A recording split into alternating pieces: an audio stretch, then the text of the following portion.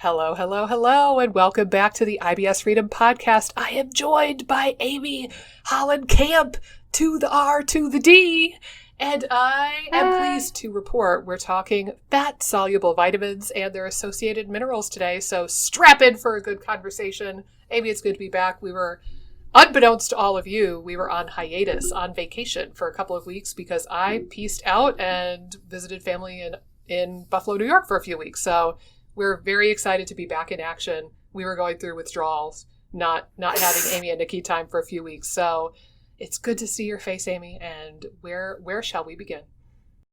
Well, first, you abandoned me.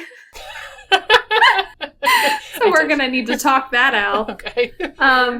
Yeah, where do we start? I think a good place to start is like whenever we're talking about nutrients, I always think it's good to just take like a broader view of things. Mm-hmm. I guess it's broad, but like if you look at any of these nutrients like that we're going to talk about, they're so important to everything. And I think a lot of times within the gut health space, people are so caught up in like what foods I need to be avoiding. And they're not talking about nutritional status at all. Yep. But like if you have deficiencies, and the restrictive diets create a lot of potential for deficiencies. Yeah. You can have so many things that could be going wrong. So I really like that we're taking an opportunity to discuss nutrients and how they're important in gut function, because I think there's very little discussion of that in the gut health space. Yeah.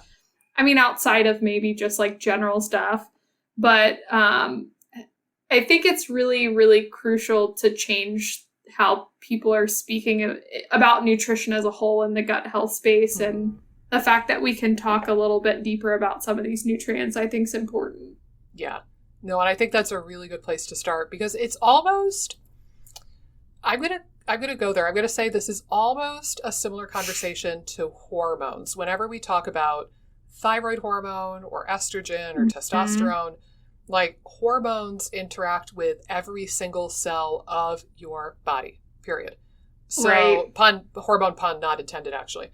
But if you think like you can go onto PubMed and you can search estrogen and bone, estrogen and skin, estrogen and motility, estrogen and cerebellum, like you name the body part, slap it with a hormone, search for it on PubMed, and I guarantee you're going to find research. Same thing is true for these vitamins and minerals that we're going to cover in this next little series. All of them, like every cell of your body needs zinc. Every cell of your body needs magnesium. Every cell of your body needs vitamin A, vitamin D. So, we're going to get into some like tidbit factoids and some instances where we might think about these nutrients more. But I want to acknowledge that these nutrients are important for every living, breathing human and every tissue and every structure in the living, breathing humans' bodies. So, like, resist the temptation to get really into the minute details and use it, Also resist the temptation, usually, I would say, to think that you just need, like, one supplement. Like, the one nutrient deficiency that everybody else missed, and this is why I'm still sick, like the Holy Grail approach of like, oh, it was riboflavin. And sometimes that is the case, but also more often than not, that's not it. It's like Datis Karazian jokes about that a lot, or used to, about how like you would go to his thyroid seminar, for example, and he would be like, let's just start by saying it's not an iodine problem for 99.999% of your patients. Right. And it goes beyond a single nutrient deficiency for the majority of people you're going to see in practice. And I would say that's largely true. Although, fun fact, we're not on the mineral episode yet, but I did see one case of a big old goiter and it completely went away and TSH completely normalized with iodized salt in the diet. So occasionally you can see single nutrient deficiencies and they can be really wild. But I would say for most people, you want to zoom out and look at the whole picture of like, not just one B vitamin, but like how the B vitamins hang out together and interact with each other, or what they do broadly. Or like, we're going to talk about the fat soluble vitamins and a few of their associated minerals because they all work together in ways that we probably have yet to comprehend. Right. I think there's definitely a synergistic effect that's seen really clearly with fat-soluble nutrients too. Like if you're taking one fat-soluble nutrient, you could be depleting another fat-soluble nutrient. So you see that really clearly. I do think the synergy is really interesting, and how a lot of foods have synergy about them too. Like certain foods will have vitamin A, vitamin D, like salmon, things like that. But I also find it's important too, like if you do have a deficiency or like an imbalance of some of these nutrients too, like I also think it's equally as important to understand what's driving it. Like, again, you could take a vitamin and it hopefully will go up, but like with gut stuff too, there could be reasons like maybe the major problem is that you're not absorbing the fat, and then therefore you're not absorbing the fat soluble nutrients, or maybe stomach acidity is low and that's affecting like mineral absorption and digestion and absorption. So I do think there's different elements, and I think you're right. It's not, I wish it was as simple as like, oh, I'm just deficient in this one thing and that's the reason for all my problems. But yeah, I think the best way to think about it, and it's just so opposite of the gut health space, is like the more diverse you can eat, the less chance you're going to have of a nutrient deficiency, like as an overall goal. It's the total opposite of what's preached often in the gut health space. And I get frustrated as a dietitian, the level of restriction focus there is, because again, I think you're not giving justice to how important nutrition is as a whole when you're boiling it down to restricting things. So yeah, I'm pumped for this convo. Do you have a certain nutrient you'd like to start with? Not a nutrient, but I'm going to throw this out there also in our effort to kind of zoom out before we zoom in. Okay. If you mentioned that maybe you have low stomach acid or you're not absorbing nutrition properly, I would even say, like, I find a lot of people who come to see me believe that they have malabsorption. Yeah. Or they believe that they have low stomach acid.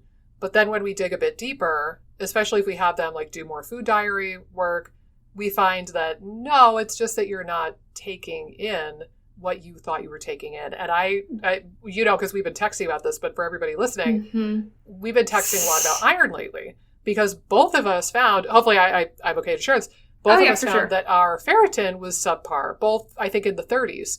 And we were like, WTF, OMG, like we need to work on this. And it's just because I've run yearly blood work on myself, and I happened to notice a few months ago it was right at 50, and I was like, And then I retested a few months later, and it was at like 33, and I was like, ooh. So I caught it before it got really overt. Amy, 1,000% convinced that I was ingesting enough iron. I was convinced. Yeah. Because we eat red meat a few times a week, usually at my mom and dad's house. We'll have like steak or burgers. We eat some sort of meat at dinner every day, whether it's pork or chicken or something. And we're not really bashful about the serving size either. And we eat a pretty good amount of vegetables. And I was convinced, like, wow, I'm really surprised that my iron is low. And I even told you initially, I was like, it must be because I added in a calcium supplement recently, because I have been dairy-free for 10 years, and I haven't given a rat's ass about calcium up until about 2 years ago when my mom obliterated her ankle and fractured it in 3 places and got diagnosed with osteoporosis. So I was like, okay, maybe the calcium and the iron are interfering, which we'll talk about on the mineral episode. But then I've been tracking my intake of different nutrients with Chronometer, and I haven't taken in enough any of the days. I've been doing this for a week, and I'll be damned. Like, okay, the best day I've had was yesterday. I had 93% of the RDA. So I was like, woo. Day before, 54%, 77%, 90%, 70%, 58%. holy effing F. Like, I really thought that I was getting enough iron. And I guess I was wrong. So I'm finding that I need to be more mindful of my intake while also supplementing to replenish my ferritin to get it up a little bit more quickly. But like, it's so tempting in the gut health space for somebody who has IBS or SIBO or IBD or GERD. I think it's like almost this knee-jerk reaction to assume, oh, I have malabsorption. Right. And what I found is when I'm testing for markers that look for malabsorption, I'm finding it's actually very uncommon. What's more common is that people aren't taking in as much of the nutrient as they thought they were. So bear that in mind with this entire conversation as well. Yeah, and I think your best bet is to track intake first. Yeah. And see where you're at. Like, that's usually what I have my clients do, even if it's for 2 days, like just to get a sense of like, are you in the ballpark of where you need to be calories wise, which is like the total. Yeah. And again, most of my clients are not, which could like affect a lot of different things. And then we can kind of zoom in on the micronutrition. But I think you're right. And I also think, too, like not having enough nutrition could also affect different digestive capacity. Oh, yeah. As well. So, like, I think it becomes a very, like a scapegoat type thing. Like, oh, well, I'm losing weight because I'm not absorbing, when it's really, oh, like, well, you're also not getting enough calories. That's probably why you're not able to maintain your weight. Yeah. I know exactly what you're saying. I see that a lot with my clients too. And I think it's like nobody in their right mind wants to have malabsorption. So I don't think it's even like on a conscious level. I just think that, well, I'm going to blame 2 things primarily. One is Facebook groups. Because, like, picture it. You get diagnosed with IBS or you get diagnosed with SIBO. And what do? You go to Facebook, you type in SIBO, and you join all of the SIBO groups you can find. And then you go in these groups, and they are depressing as all get out. Yeah. And it's these mostly very sad, desperate people who are very unwell, and they're trying to figure out their health stuff all on their own. No actual medical guidance, no actual professionals in there moderating these groups typically. And it's just like, it's the blind leading the blind more often than not. And I don't mean that to be disrespectful, but it is the truth. And it's this blind leading the blind, and this like, well, this worked for me, so give this a try. And it's like playing whack-a-mole. Like, okay, I'll try this supplement. Oh, I'll try this. Maybe, I need this nutrient.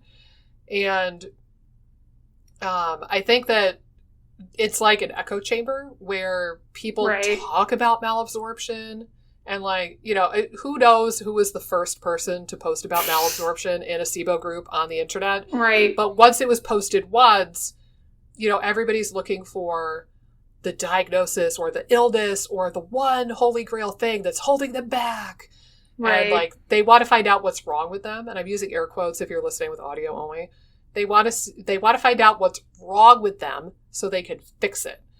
And that's a slippery slope to go down. But it's like, I think that a lot of people get this idea from Facebook groups or practitioners who nonchalant, like I've had practitioners tell my patients, like prior to working with me, they'll just mention nonchalantly, you have SIBO and you have malabsorption and and it's like totally this very like flip conversation. And then the patient Googles malabsorption and then they freak out. And then they come to me, 6 months or a year later, and they're like, I have a really tough case. I have severe malabsorption. And I'm like, no, dude, you're just not eating enough iron or whatever it might be. Right. So it's a very bizarre kind of way that happens. But if you're deficient in something, it's definitely worth your attention.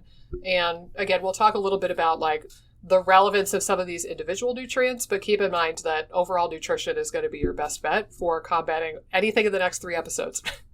Right. Like, I think you're much better off looking at the nutritional side of things first. And then, like, if you're taking in vitamin D or you're taking in enough vitamin A or something and it's not budging for some reason, like I totally agree with you. I think the malabsorption is not super common. I've seen some cases, again, from I don't want anyone to be like, well, I'm that one case. Like, to it exists.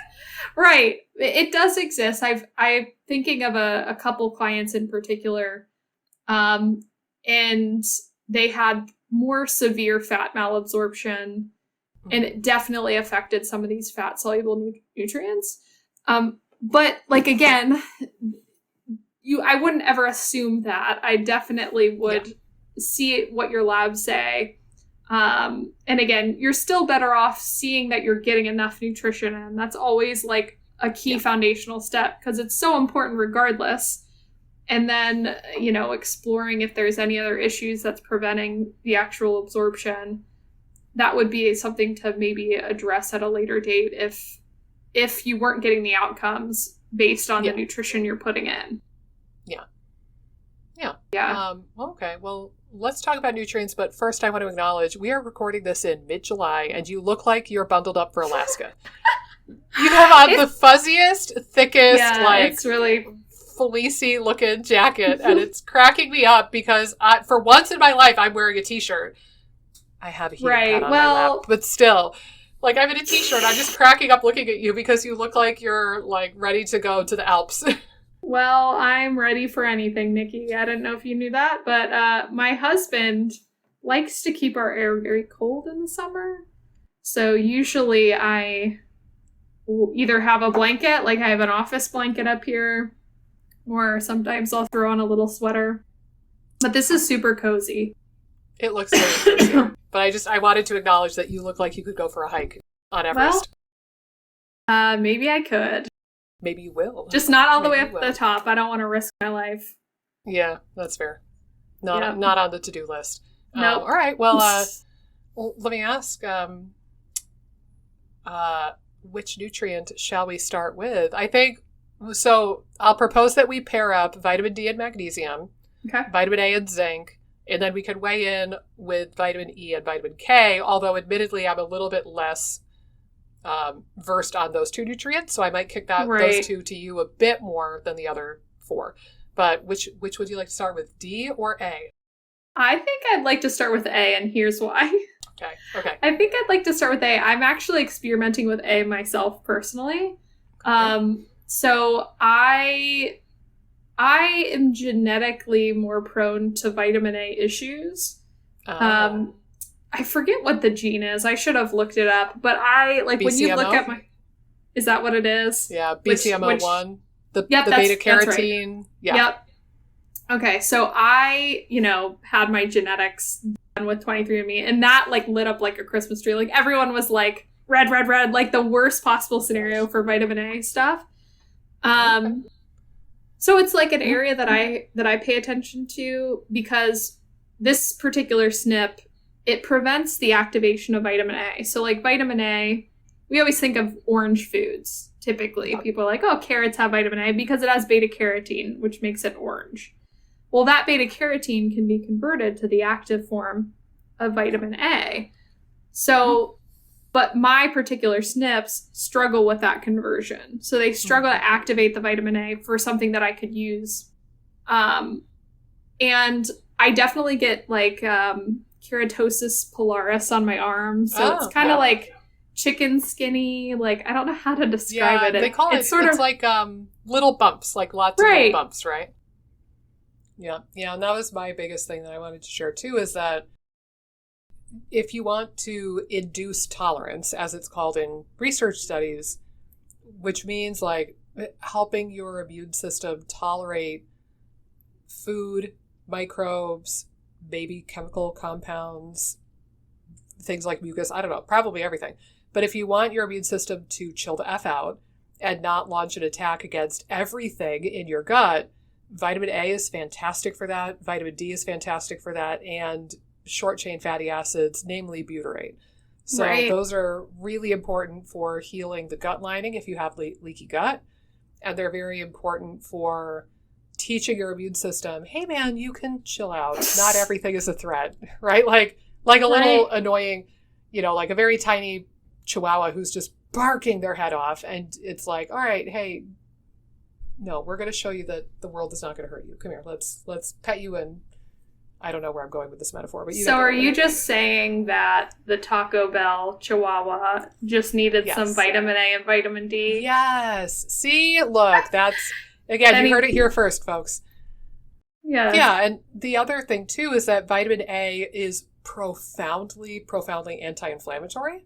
Mm-hmm. So, if you kind of look at the soup that is what we call inflammation. Now, granted, there's a lot of different types of inflammation. Saying you have inflammation is like saying you have soup. So it's like, okay, do you have chicken soup, tomato soup? Right. What kind of soup do you have?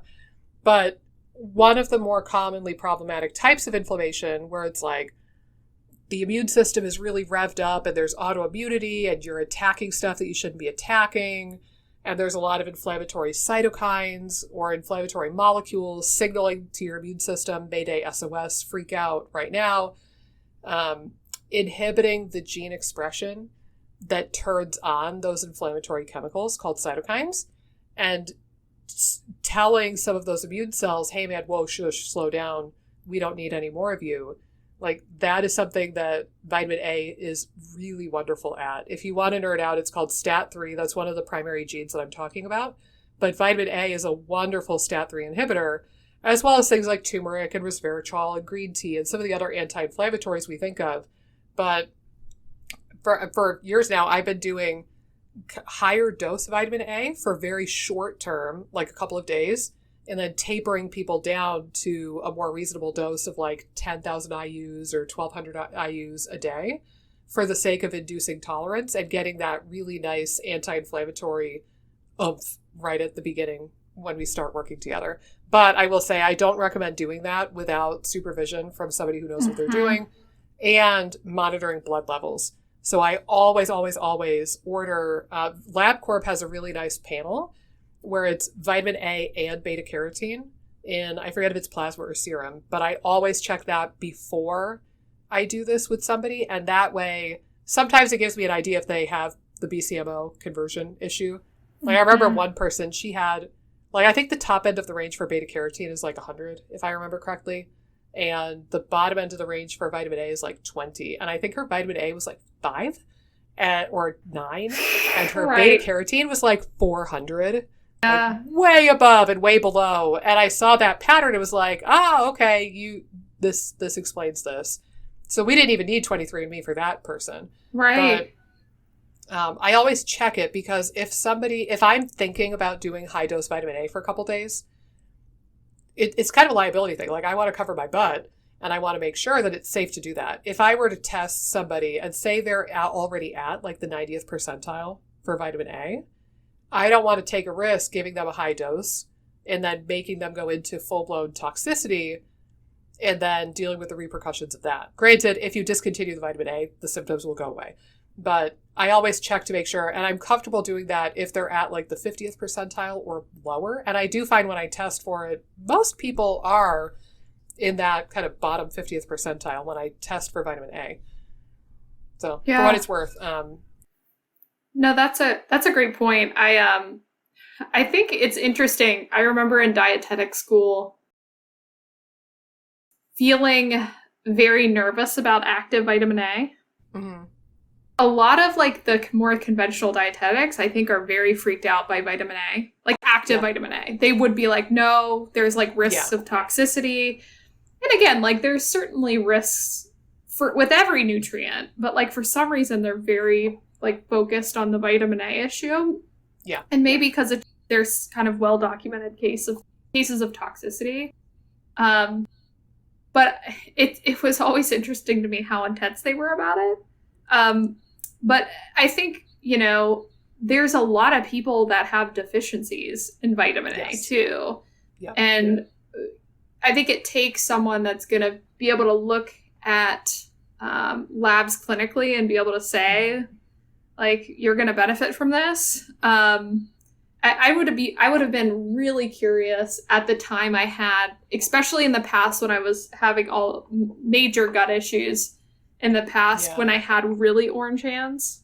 Yep. My hypothesis at that time was that I had outright hypothyroid So like I was out of the free T3 range. I was in the ones. I was like 1.9 for my free T3. So I was pretty low. And my hands were especially orange during that time. And I think thyroid hormones play a role in the conversion. So it did get better, but yeah, I think for a while I was a little scared of vitamin A, like active vitamin A, because of just what I learned in the dietetic space. But I think it can be really valuable for people that are having immune dysregulation. And again, a lot of people's gut issues, I think, and are losing tolerance to things could really benefit from vitamin A. Yeah. And to your earlier point, I think the sexier nutrient in the last 10 or so years has been vitamin D. Right. And to your point, all the fat-soluble vitamins work together. And you could say the same thing for minerals and B vitamins. They all kind of work together. But I think there's so many people who are supplementing with heavy, heavy doses of vitamin D. And that is like, maybe, what do you think? Maybe 5 years ago, like, everybody kind of caught up to speed and they were like, hey, vitamin K2 is important. I'll be damned. And then it was like, all of a sudden, we had all of these products with vitamin D and vitamin K2. And a lot of people, thankfully, are taking that because probably a lot of us created massive vitamin K2 deficiencies for a couple years there. I know I probably did for myself. But then vitamin D and vitamin A work together as well. So similarly, if you're taking vitamin D and you're not supplementing with A, you could run the risk of creating a deficiency if you also are not intaking enough. And if, maybe you have this genetic SNP, I forget what the prevalence is. It's something like 30 or 40% of Caucasian people I think at least one of the BCMO What's coming to mind is they did it in Britain, I think, is where they pooled the population. I think it was like 48%. I don't know why that number is sticking out to me, but I think it's relatively common. Actually, hold on. I can possibly answer this. Yeah, it's probably good not to just throw out random stats. Well, I don't know. I was totally keen to do it, but it just occurred to me. I have a binder with a bunch of stuff printed out about this, so let me see. But yeah, I think you're right. It's not uncommon. No, it's not. And I think, too, I like what you're saying. Vitamin A, or a good way to avoid vitamin A toxicity is to take it with vitamin D, and to kind of synergize the fat-soluble nutrients. I know like probably where I'd go to for fat-soluble nutrient expertise would be Chris Masterjohn. I do like him. Yeah. He's particularly an expert in fat-soluble nutrients. And he talks about these issues a lot. So like how to prevent toxicities, things like that. He has actually he has a nutrient cheat sheet. Have you seen that or downloaded that or ordered it? Yeah, I have some of his paid stuff. I think I have the lab testing guide or whatever it is. Right. And it's like I think I might have it. It's like an ebook or something. Yeah, I like that one. He has a new book coming out too. I'm excited about. I was not paid for this plug. I just like Chris Masterjohn. Yeah, we just have a crush on him. Right. A science crush. Okay. A brain crush. I was incorrect. Yes, I was incorrect. I don't have the stats here. But I forgot this. BCML1, the enzyme that we're talking about that is highly polymorphic, one of the cofactors is, dun, dun, dun, iron. Oh. Yeah. So if you want to convert your vitamin A and tolerate your frickin' food, you need iron. Right. Well, and also, me taking vitamin A and having less flow in my periods will also help you with iron. Yeah. Look at these connections. It's all connected. Look at these connections. Yes. Yep. Only here on the IBS Freedom Podcast. Tell your friends. Right. Tell everyone you know. Yeah, it's a very important nutrient, and again, to your point, it's oftentimes overlooked. And it's not to say that you're doomed to have this. I will say, I'm pretty sure I think I'm a heterozygous carrier for one or two of the BCML1 SNPs. I haven't ever noticed like signs of deficiency. And actually, I don't think I've ever measured it myself personally. Right. And I've taken vitamin A and I haven't noticed anything like crazy different. But yeah, I think like, especially if you are a homozygous SNP carrier, meaning you have both of the SNPs, like positive, then I would definitely pay attention to it. And at bare minimum, I would measure your levels or try experimenting with low to moderate dose vitamin A.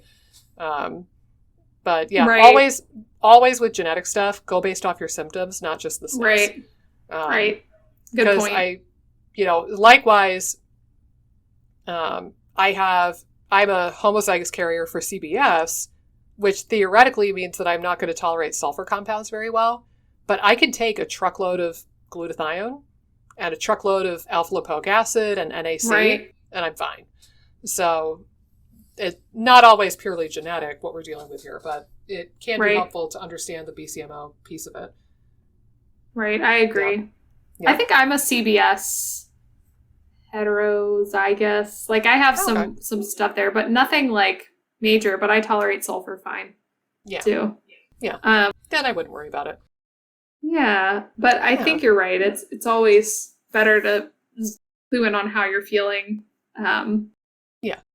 Versus SNPs and things like that. Yeah, I do. We'll talk about this a lot more in the B vitamin episode coming up, but people... Going to talk about MTHFR? Oh my God.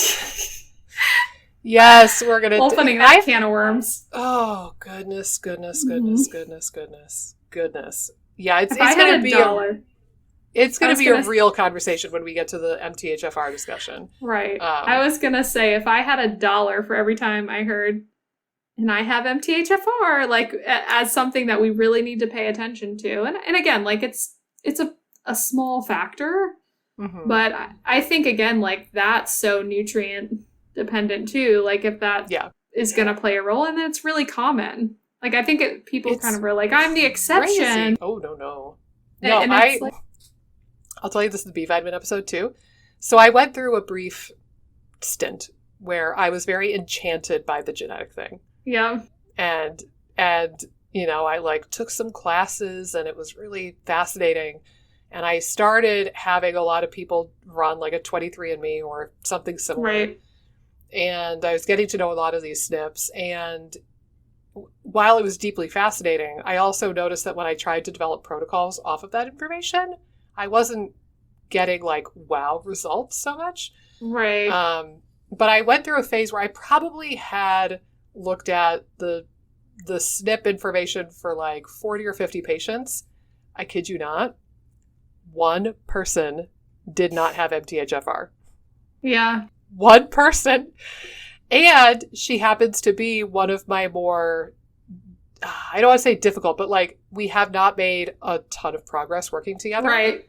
So it's one of the more like tricky cases I've worked with and like really progressed chronic cases of severe IBS, severe bloating, diarrhea-based IBS. And it's just wild because like just looking at the genetics, she looks better on paper than literally everybody else, including myself. Right. But then she has some of the more debilitating symptoms and the more like long-term, like 10-year history of symptoms. So yeah, I don't think your genetics doom you at all, including MTHFR, but we'll open that can of worms next time. But let's segue over to zinc because zinc and vitamin A are BFFs forever. So I think that that's a very important conversation. I'll throw this out as a starting point. Amy, have you ever done the test where you like swish the zinc solution in your mouth and then you say whether or not you can taste it? Have you ever done that? And give me your thoughts, and I'm going to tell you a story. So I did do that with my first functional medicine practitioner. Okay. And I didn't taste it. So suspected zinc issues, which could have also been exacerbating some of my vitamin A situation. Yeah. Too. But yeah, I'd love to hear your take on it. It's not something I've ever used as a marker, but I don't know. It's really fun. It's like a fun party trick and it's cheap. right? Yeah. So for those of you who don't know, there's this zinc, I think it's zinc sulfate, it might be acetate, I forget which one, but there's like a liquid zinc supplement. You used to be able to get it from, I think, Metagenics and maybe Designs for Health. I don't know who has it now.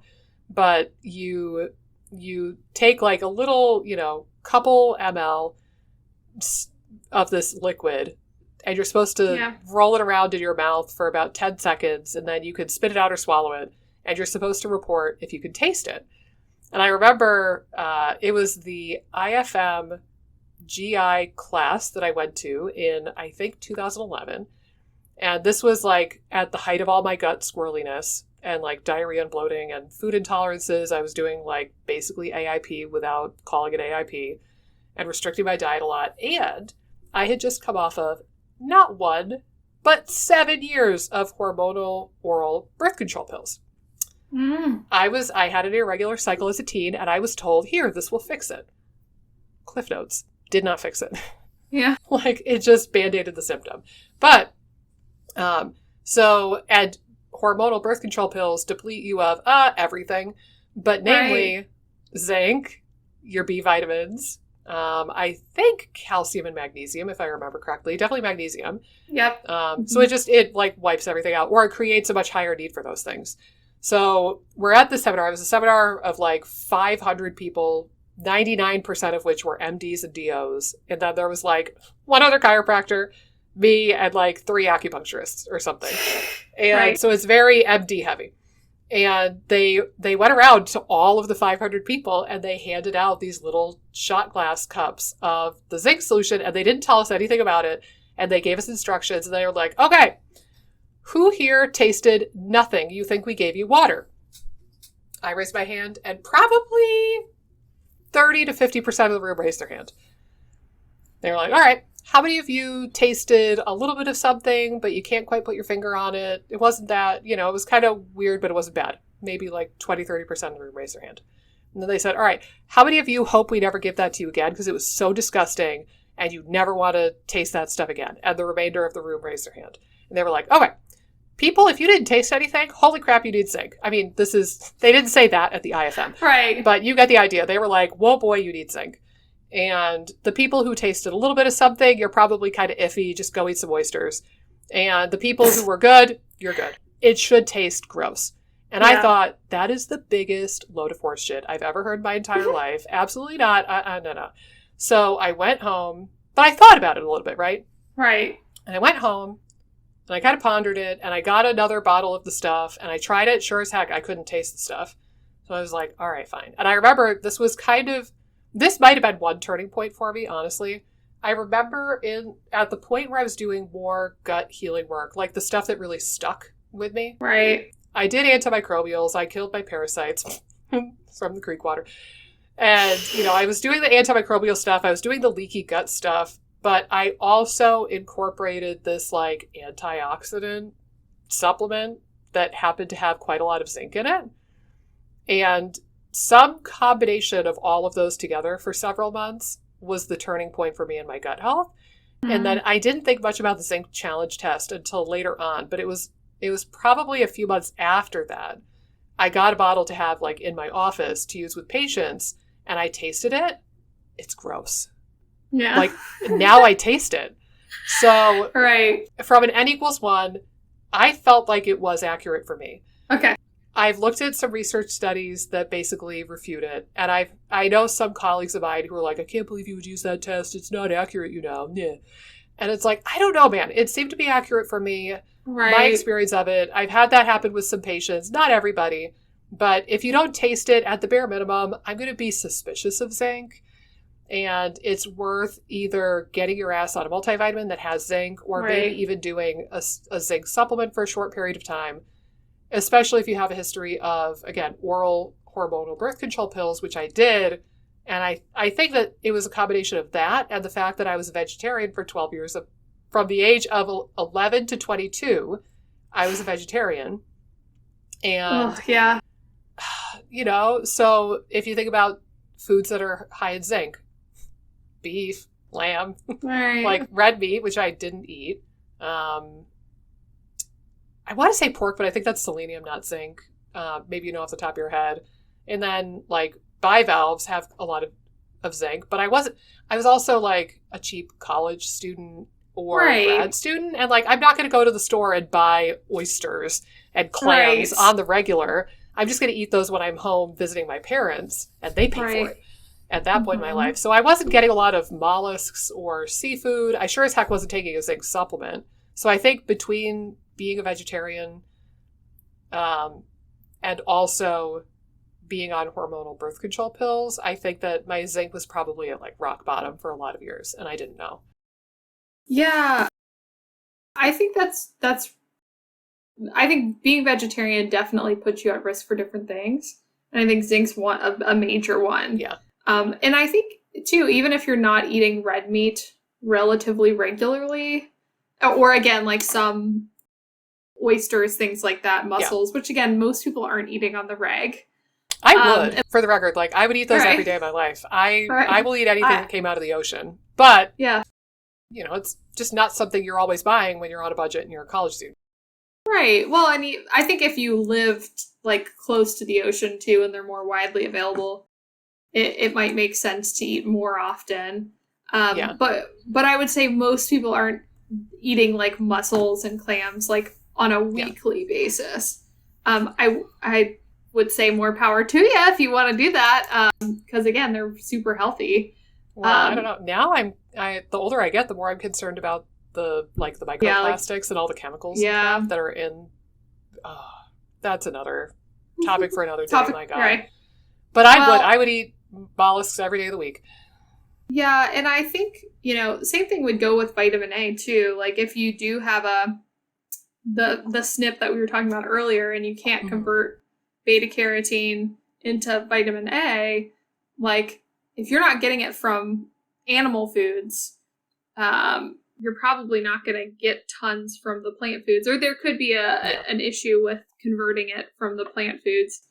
And so getting that checked might make a lot of sense. I'll throw this out there too. If you're a BCMO1 carrier, you're one of the people out there who should never, ever, ever, ever be a vegetarian or a vegan. Right. But you hear those cases though, like there are some people who go vegan and it's like a train wreck and they feel horrible. But there's also people who go vegan and they feel amazing and they feel lighter, and it's, you look at those and you're like,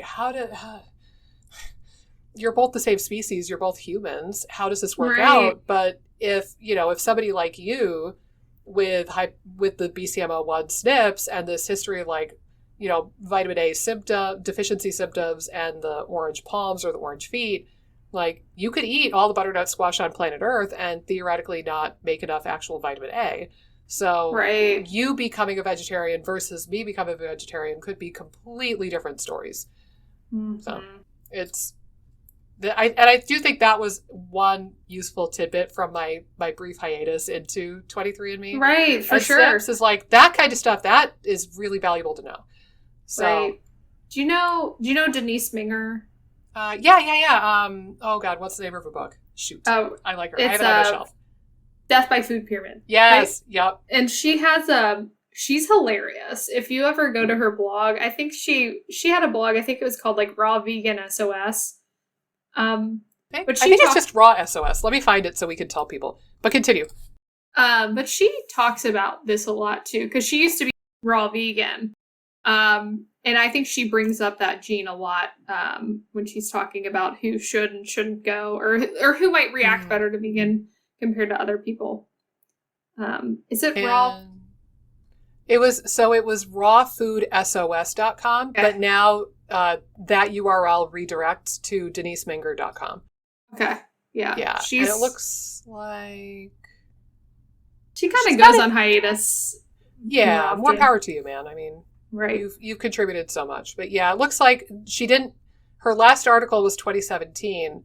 Then she did one in April 2020, and then July of 2020 are her more recent ones. But yeah, I really like her stuff. And I like that if you look at the tab titled For Vegans, it starts out, it's like, don't run away. This isn't mean or scary, I promise. Right. Because, she gets it that maybe you don't want to eat animal protein or like flesh. Right. But she makes a really good case for being mindful of certain nutrients and just like trying to maintain your health in addition to following your, your environmental or animal concerns or like whatever reason it is that you want to be a vegetarian or a vegan.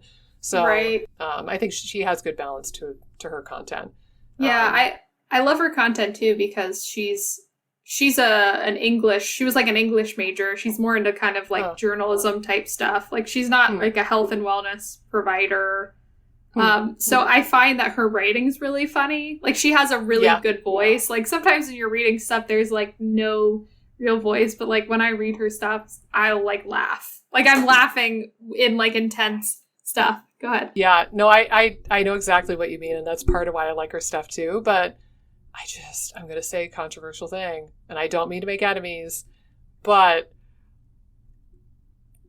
Chris Kresser, I don't understand. I've tried to listen to the man's podcast, and he has the most dry, bland, boring, plain white toast voice I've ever heard in my entire life. It's like watching paint dry listening to him. And it's funny because like so many articles on his website are not written by him. They're contributed from like RDs or people who are in medical school or whatever it might be. So he has writers who do a lot of the writing on his blogs. But I always kind of wonder, I'm like, anything that's written by him, I wonder if it's that same kind of tone. Because listening to his voice, I'm just like, right, so boring.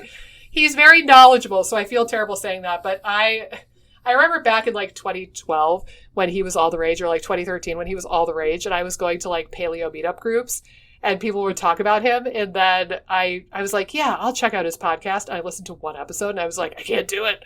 I can't do it. I'll use like Control F, and I'll just scan the print version of his stuff, and I'll just like find the piece I want, read it, and then be done with it. Right. Anyway, yeah, so I appreciate that Denise Minger has like a personality and a voice and has like a more dynamic, interesting writing style. But back to zinc. I know she mentions zinc quite a bit too and makes the case that maybe you want to eat a couple of bivalves like once a week or take a zinc supplement or whatever it might be. But if you want, follow this train of thought.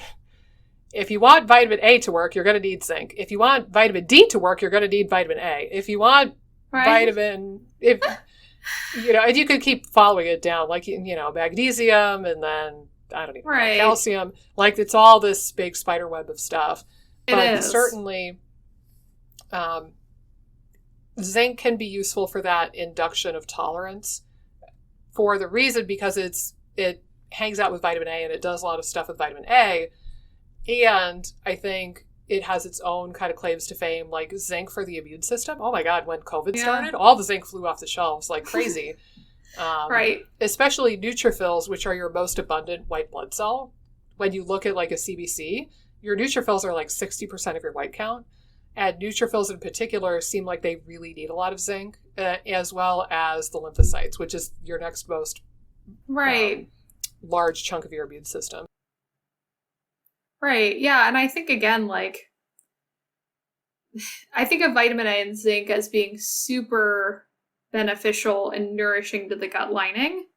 They're both working there. And zinc helps to activate vitamin A and it takes part in retinol binding protein synthesis and things like that, and has different like what you said, roles with vitamin A, and they definitely work together. And zinc, and I think like from a deficiency standpoint, sometimes if you get labs, it might not be outright deficient, but it might be low enough to where you might need a little bit of a higher level of zinc to optimize things. So I really like zinc, and I've used it a lot with my clients, or like making sure that they're getting enough from a multi or something like that. Just covering their bases from a zinc standpoint, I think, can be really helpful. Yeah, I probably like most frequently, I'll give people some information about zinc-rich foods. I'm a big fan of pumpkin seed butter. Have you discovered this yet? I have not. Oh my God. I have not. All right. This is not sponsored content, folks, but tell you what, Omega Nutrition pumpkin seed butter. So good.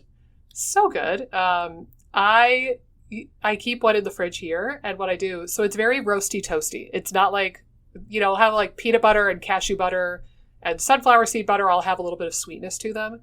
Not this. It's very just like roasty toasty tasting. But pumpkin seeds have a fair amount of plant-based zinc. So it's not going to be absorbed as well as like red meat, but it's still some zinc.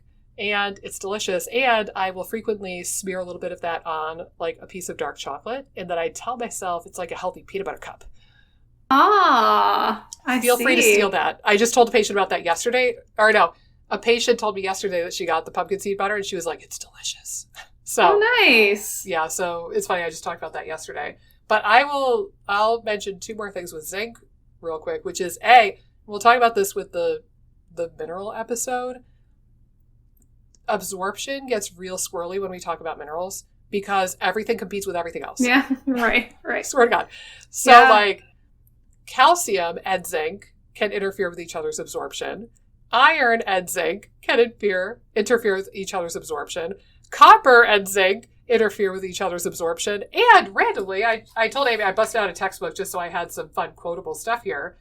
Apparently, folate can negatively impact zinc absorption, which I kind of forgot. Thank God I highlighted it in the zinc chapter of this book. But yeah, folate apparently, randomly enough, and oxalate has the ability to inhibit zinc absorption as well. So just keep that in mind. Juicier. Ready for this? This was non-highlighted, but I caught it. Phytic acid. So this is like in grains and such. This is why people are advocating soaking and sprouting your grains. Some people, I think that's going to be a bigger deal for, but phytic acid could be an issue for zinc absorption as well. Oxalates, that would be found in things like spinach, rhubarb, bran, almonds. We should do an episode about it eventually. And then, polyphenols. It says right here, polyphenols such as tannins and gallic acid in tea and coffee and certain fibers found in whole grains, fruits, and vegetables also bind zinc and inhibit its absorption. So maybe don't take your zinc with tea or coffee either. But yeah, so keep that in mind as well, is that I find that a lot of people are not getting enough zinc, and that if they are, you might be effing up the absorption with other stuff. So I think it's a nice insurance policy for most people to have a multivitamin that has a bit of zinc in it, and then also try to get it through food. And we've talked a bit about zinc carnosine. I don't remember how well the zinc is absorbed from zinc carnosine, but that is one of my favorite leaky gut healing supplements. Yeah. So. And I will say one other thing about zinc too. Like some people can get a little nausea from zinc. Especially if you're taking, like I've had some people, like their zinc levels, like they're taking it from one supplement, it's in another. Like if you look at your supplements and there could be like too much zinc, it can sometimes cause nausea. And some people are a little more sensitive to it. If you feel like you're more sensitive to it, I mean, anyway, I would make sure you're eating it with a meal. But if for some reason you weren't eating it with anything, I would probably eat a little bit and then take it sort of mid-meal, because that seems to help a little bit with the nausea. Yeah. Or smaller doses. Don't do like, a bigger dose at one time. You might want to separate the doses across a longer span. Yeah, so maybe like a powdered multivitamin, or just breaking up into capsules and having half and half. I was going to say too, if that's an issue, you might also consider getting like a separate B vitamin complex and a separate multi-mineral complex, and then you can like take the B vitamin as is, and then just like open up the multi-mineral, have a little sprinkle, and then take that, and then you can kind of meter the dose a bit. Yeah, for sure. And I think sometimes too, like if someone's taking like zinc 30 milligrams or something, you can sometimes get like 15. Like you can sometimes get lower amounts. And again, probably you could open up that capsule too. Like if you were just doing a plain zinc. But I think that's something to keep an eye on. I've had a few people get a little nauseous from certain zinc supplements. So I'm always a little bit aware of it. Yeah, I've had that happen a couple of times. One lady threw up. I felt Oh, so bad for her. I was no. like, no. Yeah, but we figured it out as time went on. But yeah, I forget if it was from a multi or a separate zinc supplement. I forget which one it was, but same patient, when we started her on zinc carnosine, loved it so much that she got her whole family to take it. And she was like, so some of the zinc must be absorbed, because she had her whole, like, her 2 children and her husband taking it at one point. She was like, usually we get, the girls will get like, or no, it was one of her teenage daughters would get like 4 colds or flus per year. And like that year she got sick very minorly, like once. And she was like, this stuff is amazing. So it was just kind of funny. Like, I wonder if it was because the zinc was getting absorbed and the poor kid was zinc deficient, or I wonder if it was like healing leaky gut. The kid had leaky gut. Right. But it was just kind of funny. But I will throw out there too, you need zinc to make stomach acid. So as far as like local big deal gut stuff, right, zinc appears to be involved in the healing of the gut lining, which is why zinc carnosine is one of my favorite things for this leaky gut kind of conversation. But also you need zinc to make stomach acid. So if you think that you have low stomach acid, or you're finding yourself taking, 12 or 15 pills of betaine HCl, you might need zinc. Yeah. It's not an uncommon deficiency, so that's worth exploring as well. Right. And we're going to talk about magnesium too. Magnesium is also needed for stomach acid because of the protein pump. So yeah, I think those two are really interesting. And also magnesium can be a common deficiency because I find that people just don't eat enough magnesium. It's a little bit of a harder nutrient, I think, to get sufficient amounts of if you're not careful or if you're kind of avoiding certain things. I feel like magnesium you could get easier on a vegetarian or a vegan diet. Yeah, I agree. Zinc, honest to God, you really need some sort of animal protein or a zinc supplement to get zinc. And again, like, I was a vegetarian for 11 years. Never took zinc, never took B12. Like, never, I think I checked iron at like my yearly physical or whatever, because I think they knew that much. But all, the other nutrients that could be deficient, nah. And here's another couple of fun factoids for zinc before we move on to magnesium. We'll go fat soluble, mineral, fat soluble, and we'll kind of like go in a loop of sorts. Whoa. I know, big deal. Similarly, from my book, and thank God I had all these highlighted, cadmium, if present in high concentrations, appears to bind the sites to which zinc would normally bind and disrupts normal zinc function. And, where's the other? Hold on, I found another one. Lead, if present in the body in high concentrations, replaces zinc in the dehydrogenase, dehydroxylase, and diminishes heme synthesis. I knew about the heme synthesis piece with lead, but I didn't know it was because it screws up zinc. So weird. Keep your eyes peeled for weirdo toxicities. I know I've talked with people, or we've gotten like Nutri-Evals done, and they test for cadmium, lead, mercury, and aluminum, I think. Yeah, and maybe that sounds 10. Right. Maybe 10. But there's a couple of toxic metals that they test for on that Nutri-Eval, and I have seen a couple here or there where they come back with notable levels of lead or notable levels of cadmium, and we're like, oh God. So keep that in mind too, is toxicity can further muck with this. And then one more thing on zinc. Once synthesized, I feel like such a nerd right now. Let me read from my book. Once synthesized, insulin is stored in zinc in granules in the pancreatic beta cells until it's released into the blood. Zinc deficiency decreases the insulin response, resulting in impaired glucose tolerance. And zinc also appears to regulate the protein kinase mammalian target for rapamycin, aka mTOR, which regulates a lot of the inflammatory process.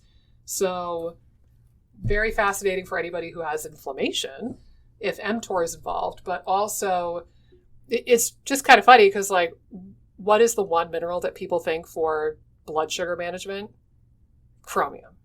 Chromium out for the sure. wazoo. Chromium all day long. But nobody's talking about zinc, and I would wager a bet that probably a lot of people with blood sugar instability issues might have a zinc deficiency and not realize it. So other food for thought. But I think otherwise that's about all I have to say for zinc. Super important. Hangs out with vitamin A. Yeah, I think the only other thing, it is important in thyroid as well. I believe it helps with conversion, if I'm remembering right. Is that accurate? I could double check. I could double check too. I have a big old thyroid binder. I just did a post on it. I believe we're gonna race. Who can find it first? God. Oh God. Oh no. We can do it. Zinc. The thing is, like, where in this giant thyroid binder would this be? Right, where? And this, you know what? I don't know about you two. This is the beauty. Okay. I found it. You beat me. All right, what is it? Tell us the deets. It says it converts, it plays a part in the conversion of T4 to T3. Okay. And actually, yeah, now that you're saying that, you are correct, because I know I had that on a handout somewhere for my patients. But this is the glory, in a way. I don't know if you hold the same opinion. The beauty of really being honest to God holistic is that you almost have this weird permission to forget about some of the nuances things. Right. Because it's just like, I want to optimize zinc because you need damn zinc. Right. You almost, and like, just trust me, it's important. Right? Like, there's almost this little element of that that's so beautiful. Just trust me, it's important. Eat your oysters or whatever it is. So. And like I said earlier, like, this all could probably boil down to eat a wide variety of food, eat a balanced plate. And again, there's some nuance to it because, like, certain nutrients, like I said, probably zinc, again, could still become deficient for a variety of reasons. And even and magnesium, again, if you're not eating enough leafy greens or things like that. But for the most part, if you're eating a pretty diverse diet, you limit the risk of deficiency. Yeah, I think that's broadly true. And again, it's this beautiful permission to be, like, really broad and non-specific, because again, by being broad and non-specific in this instance and just, like, covering your bases nutritionally, you don't have to worry about the nuancy little minute things, because then you won't be deficient. For sure. So you're covering all these weird, again, like, you can do a PubMed search, zinc and colon. I'm sure you're going to find a bunch of stuff. Zinc and toenails. I'm sure there's stuff out there. Like, just have a heyday if you want to go that route. But let's segue over to magnesium, because again, like, it's another mineral, big deal. I saw a post on your Instagram recently about magnesium too, because I remember I was kind of like skimming the comments, and I remember you talked about magnesium glycinate in particular. But again, pretty common deficiency. I forget the stats, but like half the American population, somewhere in that ballpark, is deficient. For sure. It is getting harder and harder to acquire through the diet because the soil is becoming really depleted. It is more frequently going to be found in plant foods as opposed to animal protein, unlike zinc. So you've got that at least going for magnesium. But I think one of the two things that people probably know magnesium for is helping with sleep and helping with pooping. Those are probably the two big things that people are more aware of as far as magnesium. But with that, go ahead and start us off on the magnesium topic, if you would. Yeah, so I think magnesium, I mean, it's a cofactor in so many different reactions in the body. Again, kind of like zinc or any of these nutrients, you could probably look up something magnesium related and see it connected to something you didn't know about. I think from a gut standpoint, magnesium's going to be at play in helping to relax muscles a bit, and it helps turn off the stress response. So I always think of it too as being helpful, like, this seems like really overly simplistic, but helping the gut relax a bit. not having tension there. It also plays roles in bone health as well. Again, with it being connected to the vitamin D situation. Yeah. But yeah, I think it's going to play a role in metabolism. It's going to play a role in a bunch of different areas. But yeah, I think in particular, what I see is people doing magnesium to help with constipation. Yep. And sleep. That's probably the areas. I think there are some people that do it for hormone and liver support because it's really important for liver as well. All of the minerals, I would argue. Minus, I don't know about iodine. I don't know if iodine is super important for the liver. Beyond, like, thyroid hormone is important for everything, and therefore. Right. But, like selenium, zinc, magnesium, molybdenum, like, there's a lot of minerals are important for the detox pathways. Right. Yeah. Yep. Let me ask you this. Yeah. Sorry, totally. No, go ahead. Cut you off. That was probably a really good thought, too. Have you found magnesium glycinate to be helpful for constipation, or do you think it's isolated to magnesium citrate like Natural Calm? Typically, I sort of think of magnesium glycinate tends to be better absorbed. I typically think of magnesium citrate as being more of like having more of a laxative effect from what I've seen. Mm-hmm. I haven't seen quite as strong with magnesium glycinate. I've heard some people, and I should probably explore this in a little bit more detail, say that you need like a higher dose of magnesium glycinate. Mm-hmm.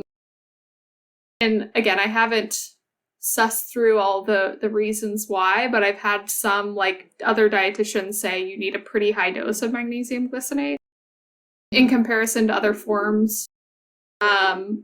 But I think magnesium glycinate can be helpful. Like I see that potentially raising some of the raising magnesium levels internally a little bit better than magnesium citrate is what I've found. I don't know if you've seen that or not. It's funny, like it. I'll throw this out there too. I've seen this with magnesium, and I've seen this with vitamin D, where we identify a deficiency on blood work or an insufficiency, one or the other. Start somebody on a supplement, give them a month or 2 or 3, depending on what the nutrient is. Remeasure the thing, and it doesn't budge. We go, all right, let's switch products. We switch to a different product or a different brand. Right. Remeasure, and then it rebounds. It's interesting because, like in this case, both of the products look great on paper. Right. So, for example, like I carry, I remember a patient, her vitamin D was low. I started her on, I think it was, I get them mixed up. It's either Douglas Labs or Da Vinci Labs. They have a product called ADK. So it's vitamin D, vitamin A, vitamin K, all together, all in one. And it's 5,000 IUs of vitamin D. Had her start on that. I'm pretty sure it was that one. Remeasured a month or 2 or 3 later. No change. Like barely a change. And I was like, that's weird. So we just went, well, let's switch up the product and see what happens. Switched her over, I think, to Designs for Health and Vitamin D Supreme. Same exact dose, 5,000 IUs of vitamin D. Same damn dose. And then her vitamin D level went up. And I think I've seen it in reverse for another patient, but I can't swear to it. But the same thing with magnesium. I carry magnesium glycinate, and I carry Orthomolecular has one that's like 3 different types. Okay, I think I know what you're talking about. Yeah, it's magnesium citrate, glycinate, and, well, I can look real quick, but like it's 3 types. Yeah, I don't think it's oxide, because I don't care for magnesium oxide. Hold on.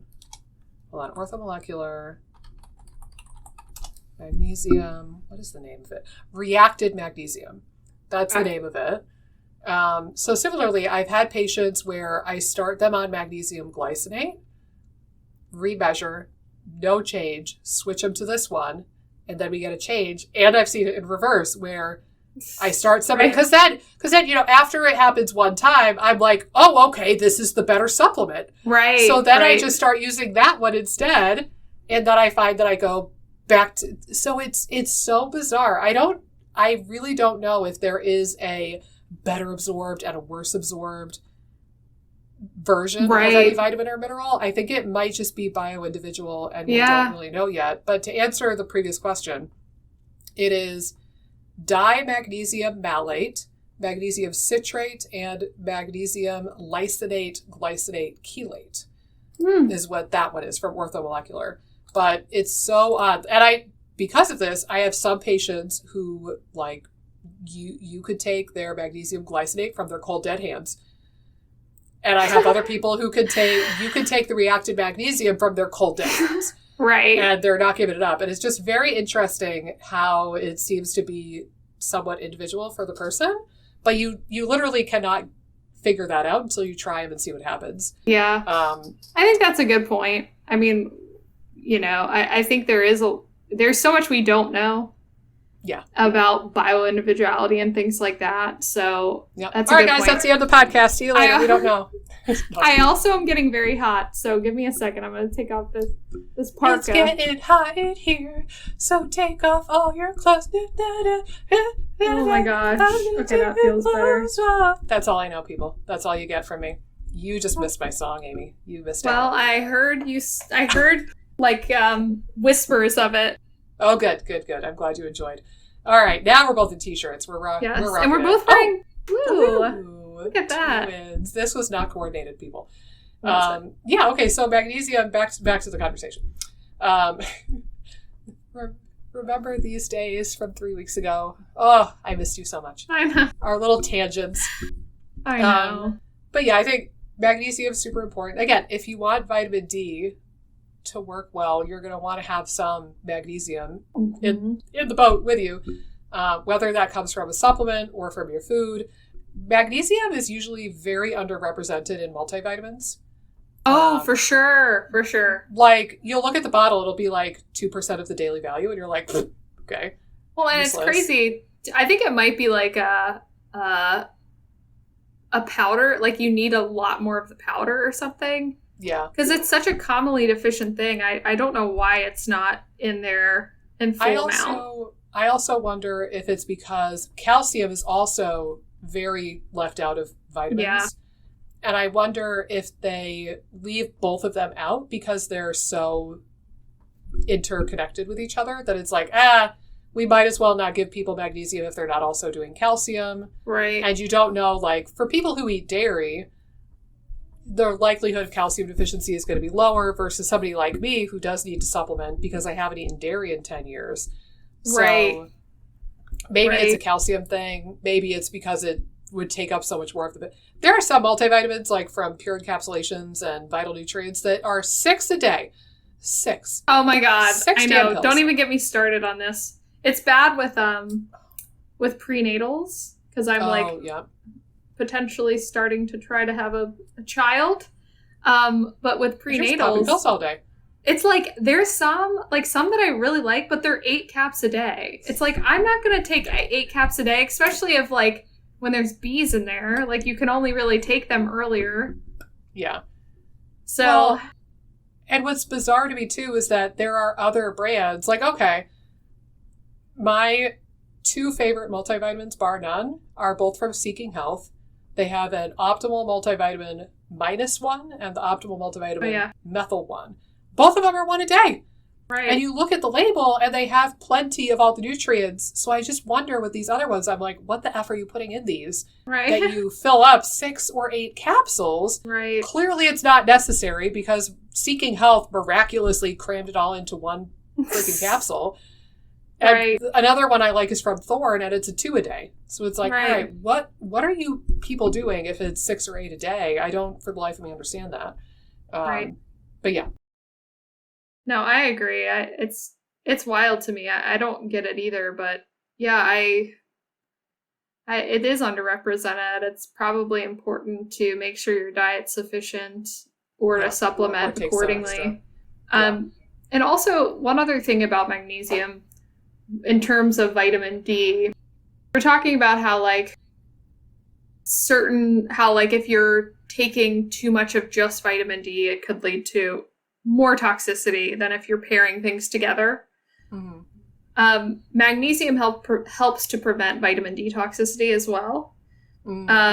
So just an FYI, and again, like they're paired together in a number of different ways, but just another reason why having sufficient magnesium is helpful when you're trying to up vitamin D.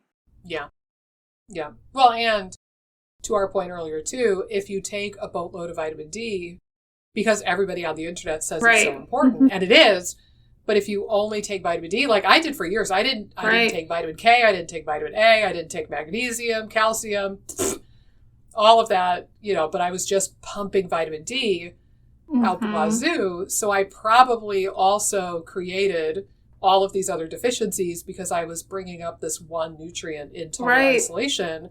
And then maybe I was throwing in some other stuff in like a multivitamin or something if I was lucky. But I think the balance, if you're bringing up one, you're going to want to pay attention to all of these together. And that's why they're in the same episode, and we wanted to talk about this all together. Right. But all right, so magnesium is needed to make serotonin, which is a precursor for melatonin. So like serotonin is involved in motility in the gut, which is part of why magnesium helps you poop. It also could be helpful for mood because serotonin is like the antidepressant neurochemical. Right. And it's helpful for sleep, probably in part because you need magnesium to make melatonin, and melatonin is the sleepy time neuropeptide. So that is what signals to your brain, oh, hey, it's bedtime, let's start to get drowsy. So I agree. I think I really like magnesium glycinate, around dinner or bedtime in particular, and kind of like load you up a bit. Right. And the glycine that it's bound to, I think, that can help with like GABA receptors and winding down the stress response so your brain isn't keeping you awake, chattering with all of your anxiety. So I do like that form. But then the serotonin and melatonin in the gut too is helpful for controlling local inflammation and regulating motility and keeping you pooping. So magnesium is very talented. And then you had mentioned stomach acid as well. I don't remember if magnesium is needed for like pancreatic enzymes or bile flow. It wouldn't surprise me. Right.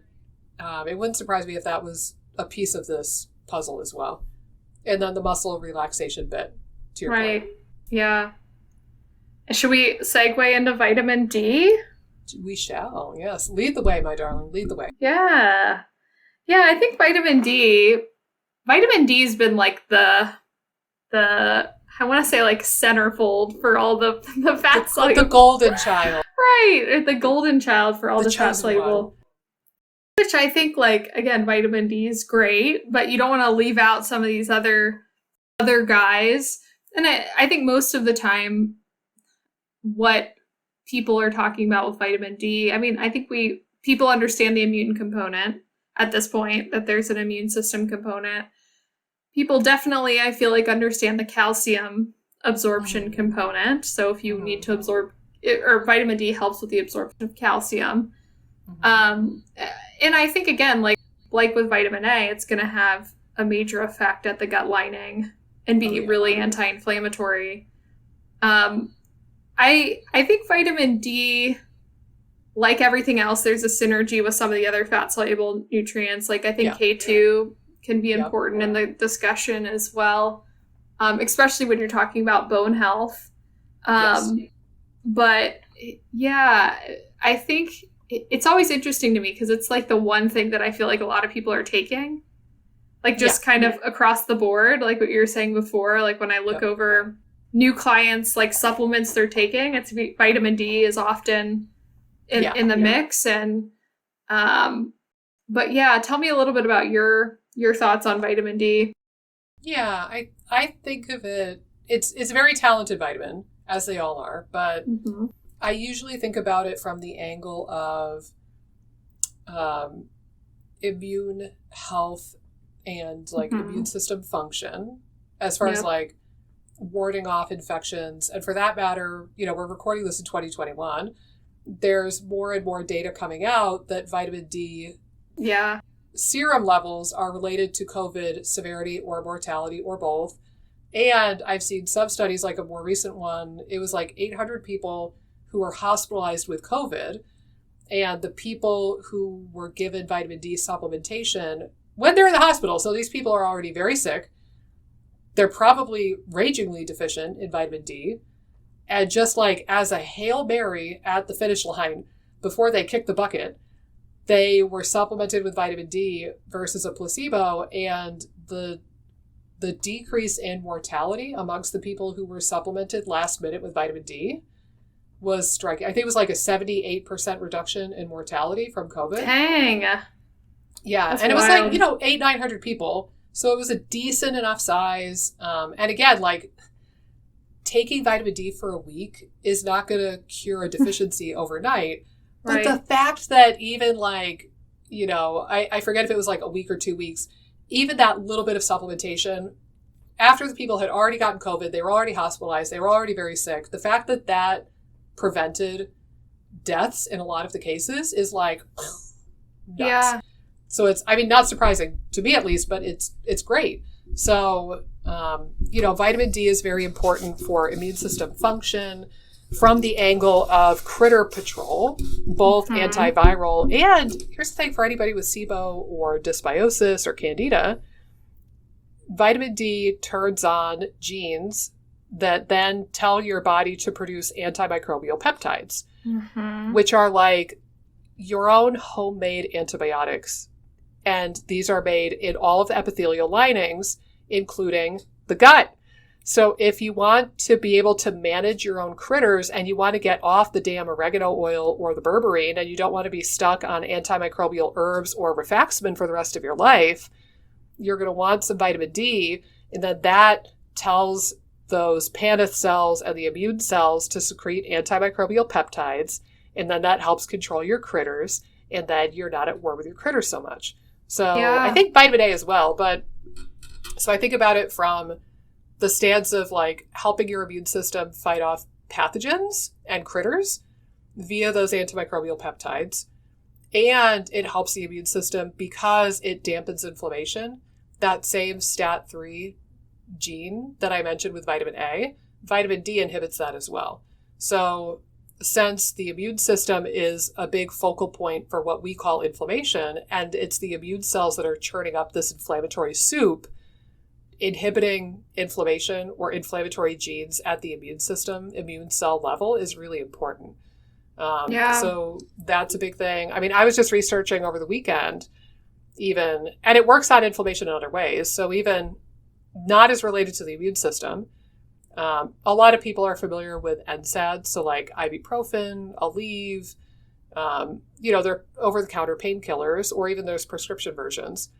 And most people know, if you have a headache or if you have an ache or a pain, you could take an ibuprofen and that should help. And it's anti-inflammatory. And the way those drugs work is that they block the activity of the COX enzymes, COX. There's COX-1 and COX-2. And depending on the drug, it might tinker with one or both or the other. Well, when I was researching this a little bit, because my parents' dog is getting a little older and has arthritis, and they were prescribed an NSAID. And my mom was worried about GI bleeds or gut problems, so I was researching that particular NSAID. And then she was like, well, if you know any alternatives, I'm all ears. And I found some articles that vitamin D inhibits, I think it's COX-2, the COX-2 enzyme, and it's anti-inflammatory, having to do with prostaglandin synthesis, which is kind of a whole nother flavor of the inflammation cascade. So you could also not have as much of a need for NSAIDs with things like arthritis and joint pain if you make sure you have adequate vitamin D levels. So Right. Yeah. And go ahead. No, you. Oh, I was going to say, I was also just like scanning some studies before this. And, I had heard about this. I just was kind of revisiting it, that, vitamin D, when they had people supplement who were deficient, it helps with diversity. So even like killing critters that you don't want around, super important. But it also provides a better environment for diversity, and it also tends to raise some of the good microbes. Like it has a microbial modulating effect where it probably helps with the sketchier bugs and helps the good bugs take over a bit more. Which I it's think like opening up that space. Right, which I think is really, really helpful. And I would say, most people are going to get their vitamin D from the sun or from outdoor light. Like I think when I remember in school learning about that in my dietetics program, that most people need to get some level of outdoor light exposure. Mm-hmm. Certainly you could supplement and that could make sure you're sufficient. But I think there's a outdoor light deficiency in a lot of individuals if they're inside. I'm guilty. Yeah, sure. And getting outside, it has a bunch of different effects, not just vitamin D. I mean, it helps to regulate circadian rhythms and things like that. So the more you can get outside, and it's going to depend based on skin tone, like how long you might need to be outside. Actually, Chris Masterjohn talks about how different skin tones might need different levels of vitamin D. Like they convert it more, like people with darker skin tones have a better conversion rate. So they might be okay having lower levels of blood levels of vitamin D compared to like me, like super pale white girl. I was going to say, I say this with love, but you and I are like the shade of toothpaste. Right, so, we're like Casper level white. We can synthesize like you wouldn't believe.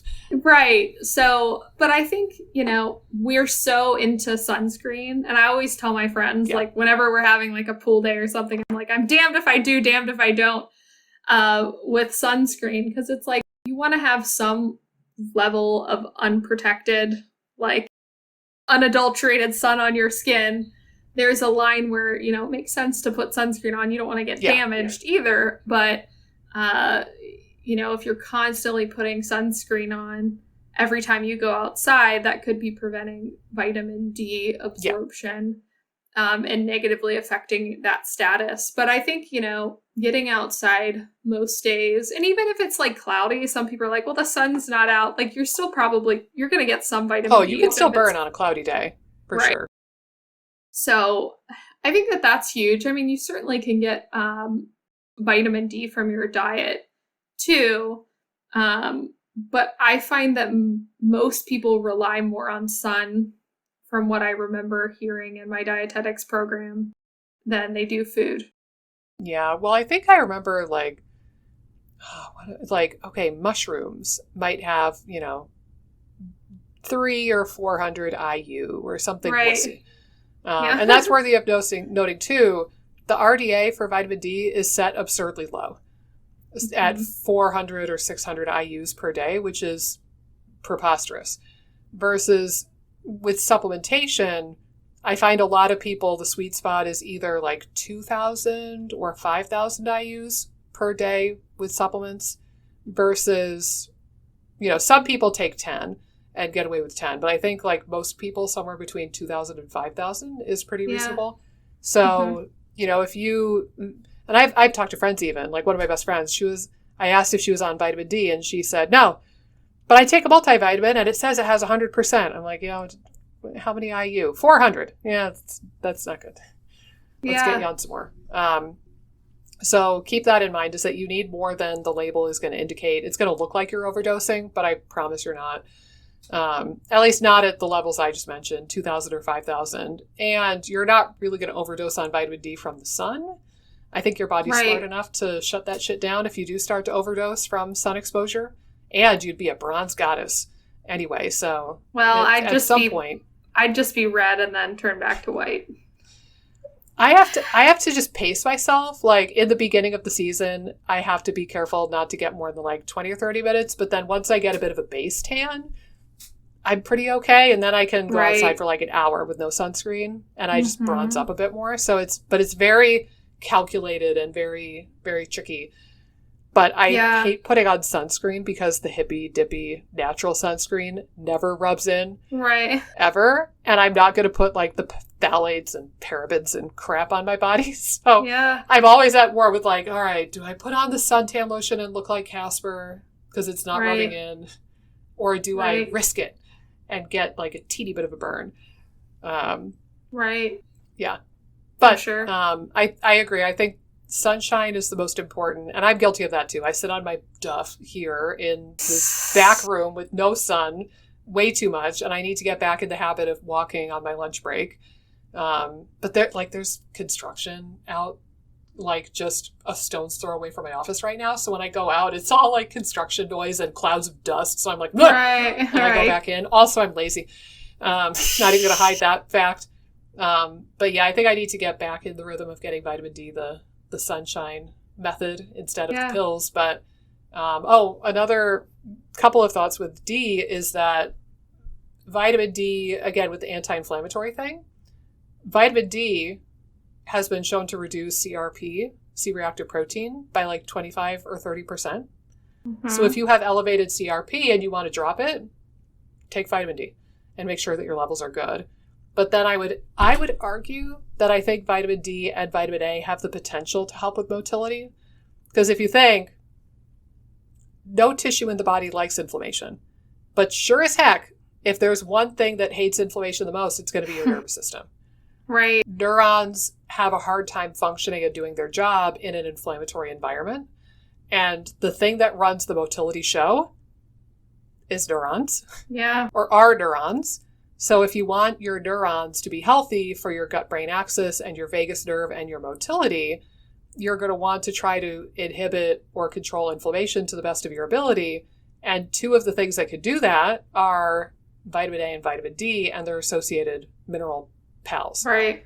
So I actually think for some people, getting vitamin D and vitamin A to adequate levels could be helpful for motility even. Yeah. So for sure. No, I think that's a really research with that, but it's a theory. Well, when you open up your research facility, we will test that theory. We need to start making a list of things that we wish to test. Know. We should add that to the Google folder that we share. We should keep a running tally of that. Right. Yep. But yeah, I think that is important to note. And also with the fat-soluble vitamins, keep in mind you're going to absorb these way more efficiently if you take them with a meal that contains fat. Mm-hmm. So kind of, let's harken back a little bit. Let's be a little bit playful here. Say you are a raw vegan. You don't eat nothing cooked. You don't eat nothing with fat. Right. Not even, you don't eat your olive oil, avocado oil, whatever, because you're a fat-phobic raw vegan eater. I don't know. I don't mean to insult anybody, but let's say that you eat a fruitarian, like fruitarian. Yeah, let's go with the ultimate. Let's say that is your eating pattern right now for whatever reason. And then you hear us talking about vitamin A and you measure your levels. And despite your boatloads of carrots, your vitamin A is in the toilet, poop pun intended. And your beta carotene is fine. And you go, man, this is going to be the ticket for me. And then you go out and you buy a vitamin A supplement and you take it with your big old plate of fruit. You just be aware you're going to need a heck of a lot more vitamin A, like superhuman doses, if you want to absorb any of that, because you don't have any fat to emulsify it and carry it and to stimulate bile secretion. And you need all of that to absorb the vitamin A. I know with D, you absorb like 70% more of your vitamin D if you take it with a meal with fat. So probably the same thing is true for A and also fish oil for that matter. But yeah, just keep that in mind is you ideally want to take these with some fat. And you should be getting fat at every meal, but keep that in mind if you eat cereal in the morning. Right. Cereal with skim milk. Yeah. And then you take vitamin D.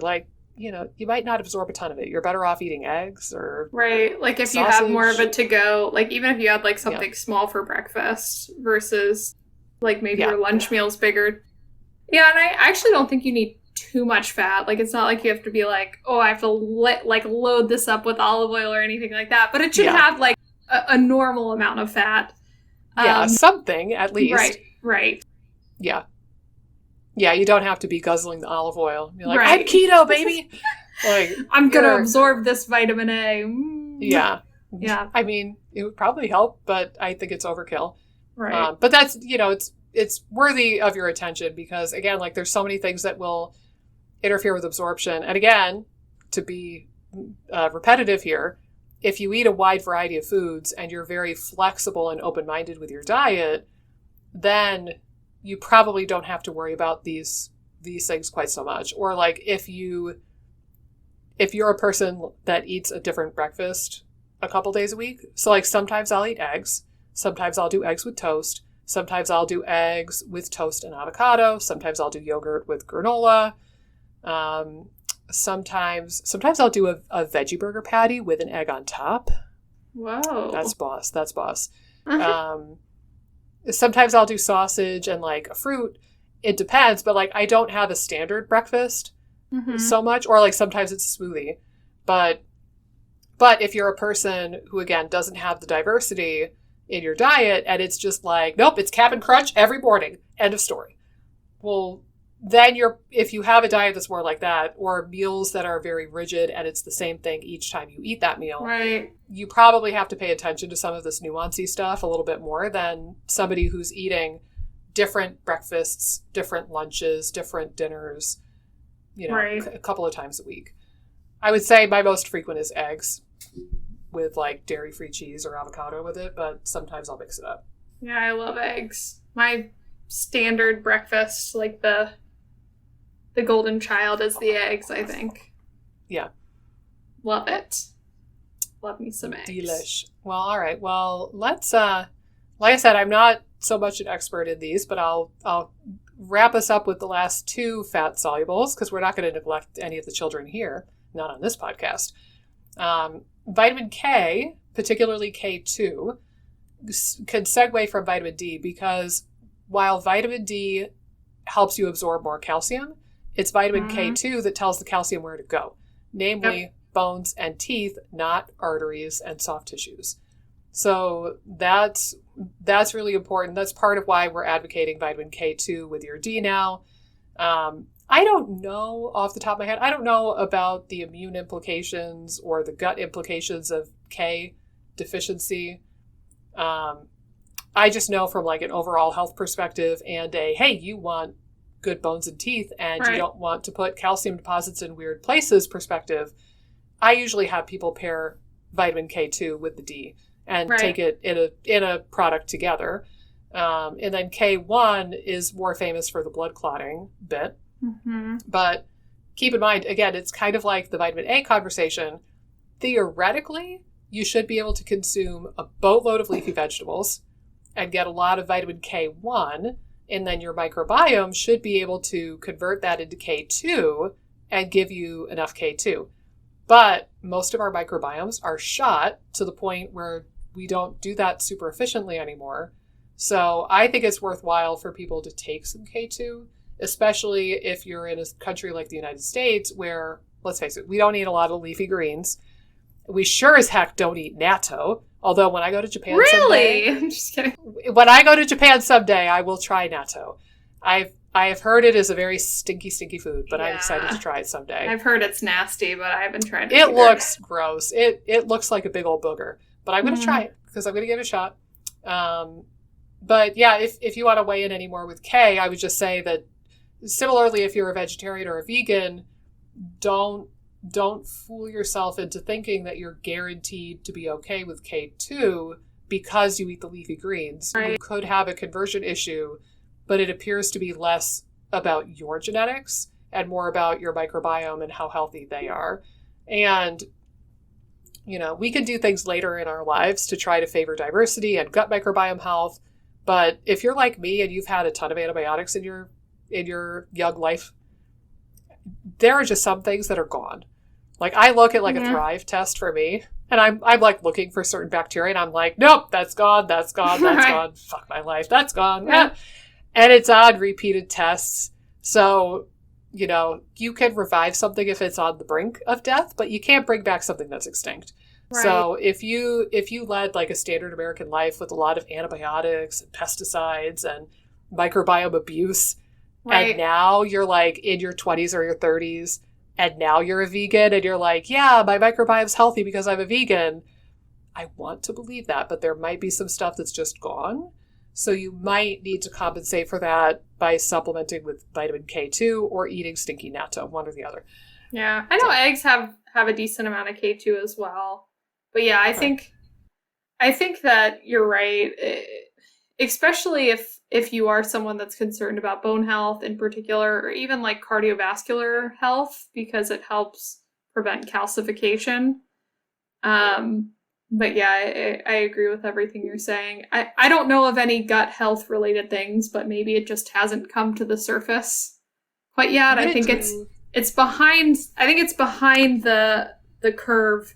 Like there's a K2 expert. I forget what her name is. She's a dietitian. And she says, the research is probably 15 years behind D. Oh, did you find something? I did. You saw my face. I got so excited. Okay. Continue your thought, and then I'm going to rock your world. I think I concluded it. Just tell me. I can't wait now. Okay. Again, to our point. Hold on. Okay. To our earlier point, you can type in anything on PubMed and you can get something. So what I did, starting point, I typed in vitamin K2 intestinal. And then I narrowed my search to the last 5 years. And I haven't read it yet because obviously I just found it. But 2017, World Journal of Gastroenterology. Subclinical atherosclerosis is linked to small intestinal bacterial overgrowth via vitamin K2 dependent mechanisms. Oh my gosh. Oh, that sounds good. I'm going to save that tab for later. And then another one, really quick search on PubMed, 2016, menaquinone 4, vitamin K2, upregulates expression of human intestinal alkaline phosphatase in KCAL2 cells.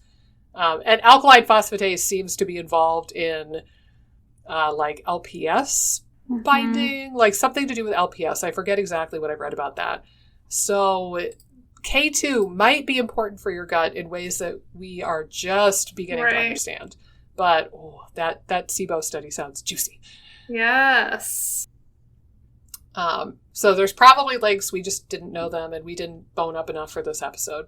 Right. We'll do a fat soluble vitamins part 2 sometime in the distant future. How about that? Because we'll probably go off on a tangent on this one later, both of us. But last but not least, vitamin E.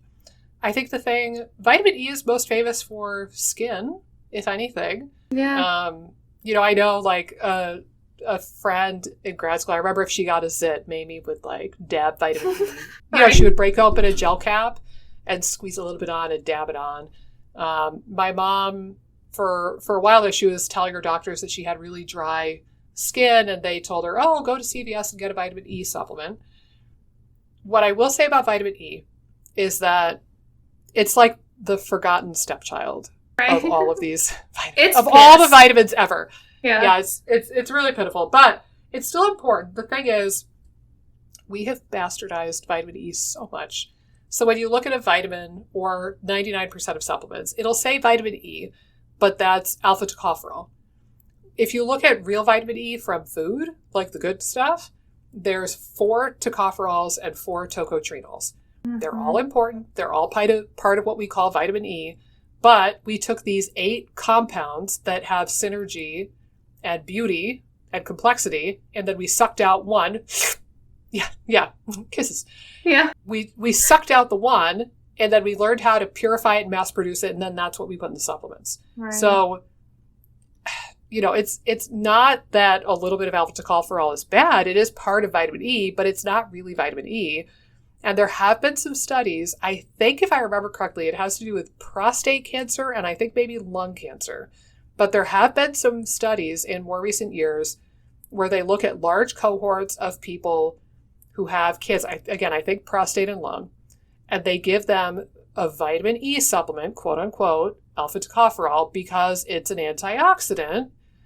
And they give these people supplemental vitamin E in that it actually was associated with poorer outcomes and more death in these people. Now, how that's all working, I don't know. But it goes to show you that humans are not nearly as clever as we think we are. and sucking out that one part of an Right. 8-molecule complex thing was probably not the smartest thing to do. They do have supplements that have like gamma tocopherol, for example, and I know that's pretty anti-inflammatory. Sometimes I will use that as part of like a mitochondrial healing protocol. Right. I know like Alex Vasquez has talked about using gamma tocopherol for that purpose for a while. But that is the entirety of what I know about vitamin E. Yeah, I mean, it's definitely, it has antioxidant effects. I think, again, it is something that it doesn't get the airtime as much as all the other fat-soluble nutrients. I'm going to do a PubMed search. Let's see if we can do the same magical thing with vitamin E. You go ahead. You can talk for a minute. I'll let you know if I find something good. Oh my gosh. Yeah, but I think that from a vitamin E standpoint, like what you were saying, there's so much synergy in the natural vitamin E that you lose if you're just isolating the one alpha tocopherol versus getting the 8 unique different bits of this, bits of that, bits of this, versus just the one singular, more synthetic now nutrient. And I am finding some research, again, to prove our point. You could type anything in PubMed and vitamin plus structure. And you're going to find something, but let's see. Okay. Yeah, there's some. It's funny, in the top 10 items on PubMed, I was gifted that beautiful, beautiful article on K. So now I'm spoiled. But, I scrolled a little further, but all right. 2019, dietary vitamin E affect small intestinal histomorphology, digestive enzyme activity, and the expression of nutrient transporters by inhibiting proliferation of intestinal epithelial cells within the jejunum in the weaned piglet. So, animal model, but nonetheless. I have 27. Go ahead. Couple more. 2020, vitamin E (alpha tocopherol) consumption influences gut microbiota composition. Again, I think it's, this is a mouse model. One more. Vitamin E, alpha and gamma tocopherol mitigate colitis, protect intestinal barrier function, and modulate the gut microbiota in mice. That's 2021. That's really new. Yeah. And then, so it does look like there's some interaction with the gut microbiota and with the gut lining. It's just that E isn't getting as much airtime. I really feel like we need to do a sequel to this in a couple of weeks now, after we bone up on E and K for a little while. Do you remember when we thought this was going to be a short podcast? I know. Bless our hearts. Yeah. Do you know how long we've been talking? It's like going on 2 hours. Yeah. Yeah. We, dear people, we thought we were going to record 2 podcast episodes today, and boy, were we wrong. As usual. As usual. We have no perception of this. We should have known. But anyway, so we will revisit E and K, because I do feel like we didn't do them justice. But it's okay. I think we gave a little sampling of it, and then in a couple weeks we'll revisit this. But I do want to visit B vitamins and minerals first, because I think those are going to be more impactful for more people from our current understanding. And again, we'll talk about the dreaded MTHFR and some of the SNPs, and we'll get a little bit, we'll spill the tea. We'll get a little bit hot and bothered about that one. But yeah, any closing remarks? Other than diversity. Right. I think, if you're suspicious, you can get it checked out. I definitely work with a provider if you're wanting to supplement. That can help make sure that you're taking a balanced approach to some of these things, and getting outside and getting sun. I think those are the major ones I would say. Yeah. I think most everybody could get away with taking a multi. Right. And taking like a few thousand IUs of D and maybe a few thousand IUs of A, or like cod liver oil. I feel like everybody could pretty much get away with that much and be very, very safe. And sun. But yeah, if you want to do like very large doses of any of these things, then I would have your blood levels checked.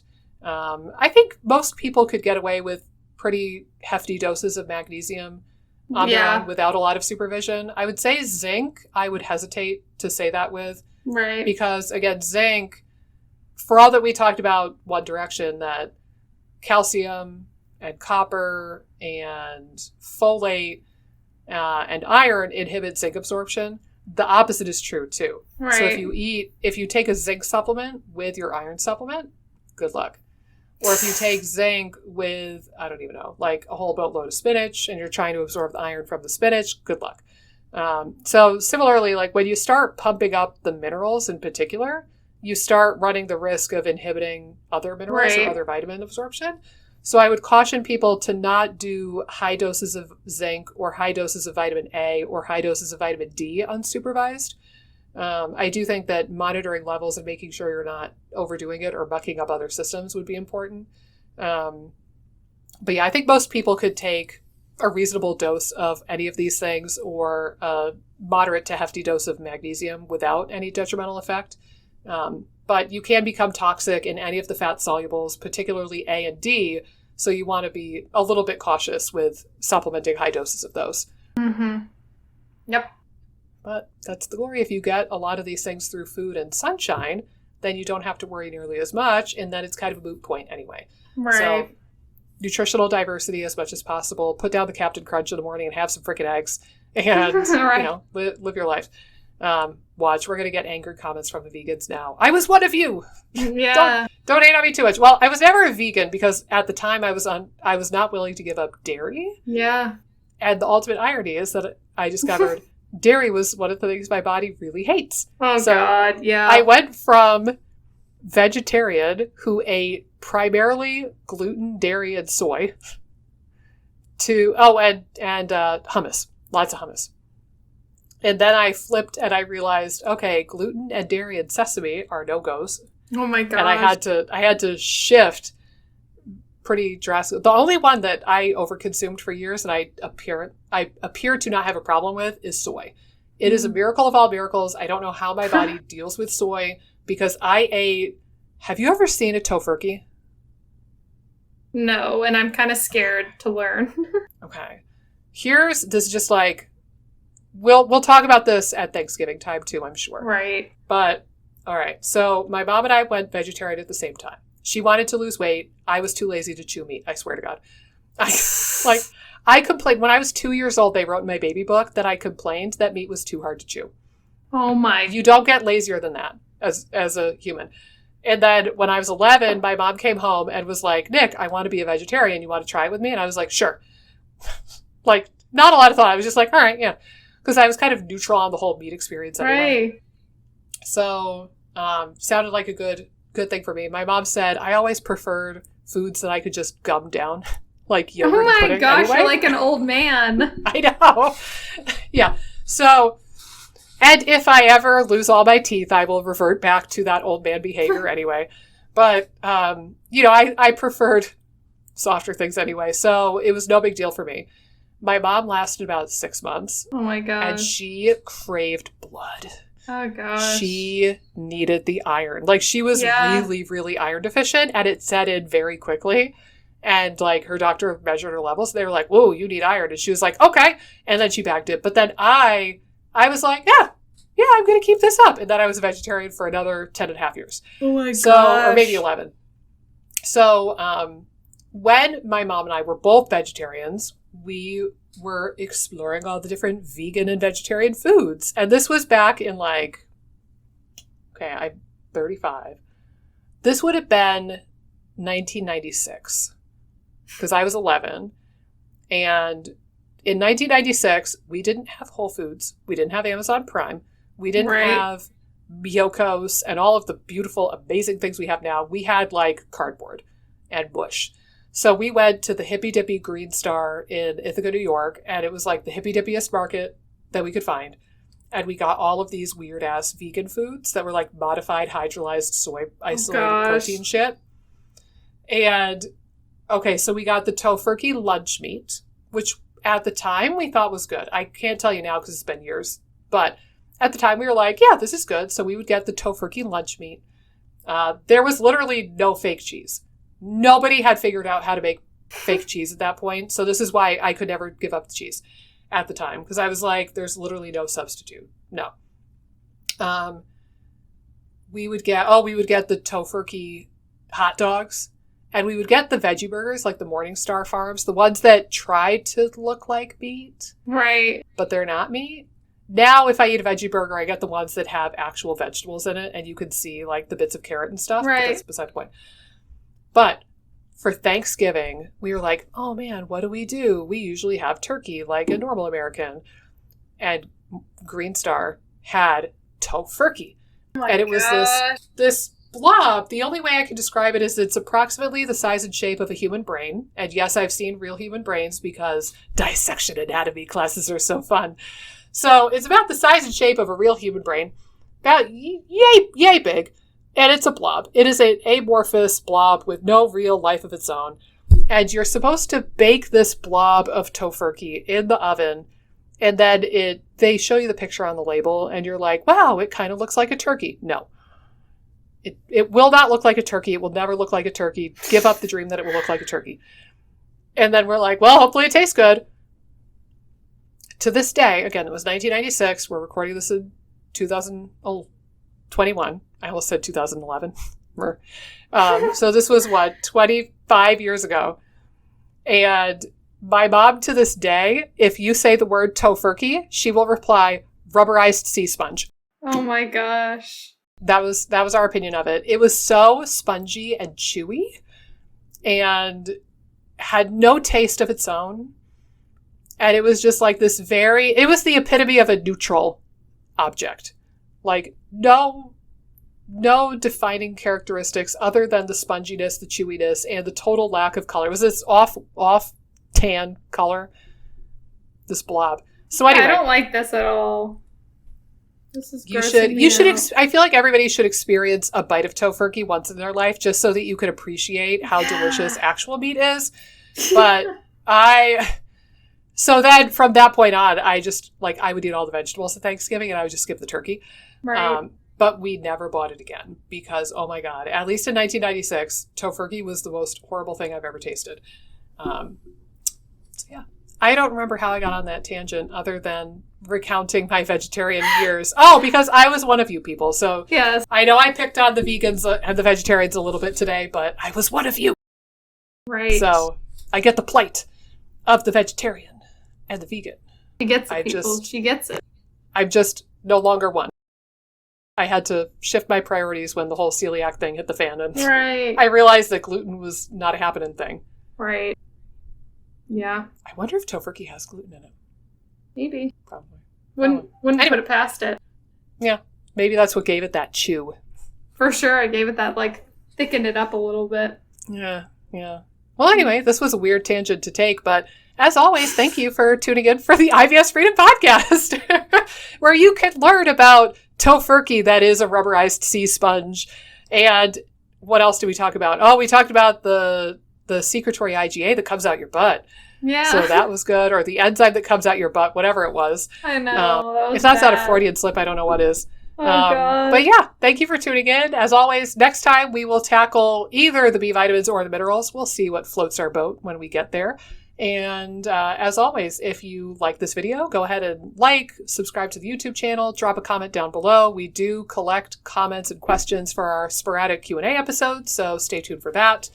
And if you are on podcasting apps, if you could rate us 5 stars, that would be wonderful. I mean, hell, if you made it through a 2-hour and 3-minute podcast episode, you clearly like the podcast. Right. Rate us 5 stars, for crying out loud. And yeah, and holler at us on the Instagram. I am Triangle Guts. This is Amy_Hollenkamp, or is it Amy Hollenkamp_RD? It's Amy_Hollenkamp_RD. There we go. So that's how you can find Amy. And we do have a IBS Freedom Podcast Instagram handle at IBS Freedom Podcast. Or maybe IBS Freedom. Yeah, that's right. That's right. We're getting back in the routine. But yeah, holler at us, and we will see you in the next episode. Thank you so much for tuning in, and share the IBS Freedom Pod with all your family, all your friends, everyone who needs it. We'll get this information to the people who need it the most. Thank you for tuning in, guys. See you sometime soon.